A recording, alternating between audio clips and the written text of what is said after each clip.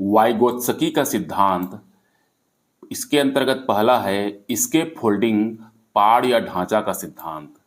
Escape folding यह zone of proximal development संभावित विकास की पहली अवस्था है, जबकि स्केप फोल्डिंग दूसरी अवस्था है।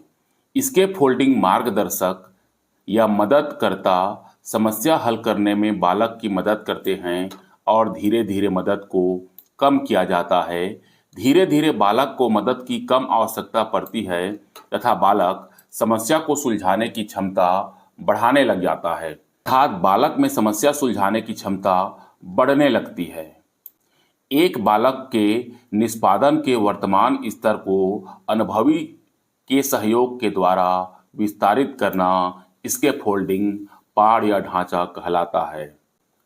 अर्थात स्केफोल्डिंग का अर्थ है सीखने में वयस्कों द्वारा अस्थायी सहयोग।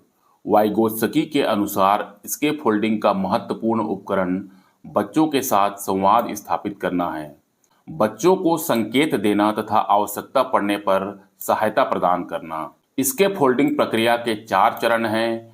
पहला, अधिक जानकार से सीखना। दूसरा, स्वयं की मदद से सीखना।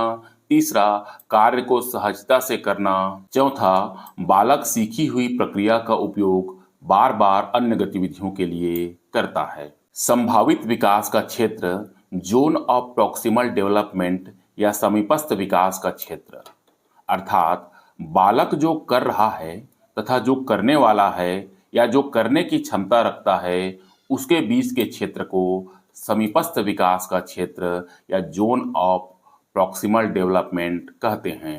वाइगोत्स्की के अनुसार बच्चे के द्वारा स्वतंत्र रूप से किए जा सकने वाले तथा सहायता से किए जाने वाले कार्य के बीच के अंतर को समीपस्थ विकास का क्षेत्र या संभावित विकास का क्षेत्र कहते हैं। स्कीम व्यवहार का संगठित पैटर्न जो बार बार दोहराया जाता है तथा बार बार दोहराने के कारण एक आदत बन जाती है, और जब हमारा ध्यान भी उस तरफ नहीं होता तो भी उस कार्य को हम सही ढंग से कर लेते हैं, यह स्कीम कहलाता है। जैसे कि बच्चा या बालक रोज स्कूल ड्रेस तथा जूते पहनता है, उसका आदत हो जाता है, और कभी कभी उसका उस ओर ध्यान नहीं रहने पर भी वह सही ढंग से ड्रेस और जूते पहन लेता है, यह स्कीम कहलाता है।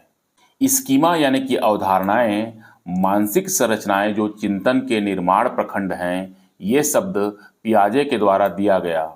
स्कीमा वह प्रक्रिया है जिसके द्वारा संज्ञानात्मक संरचना को संशोधित किया जाता है।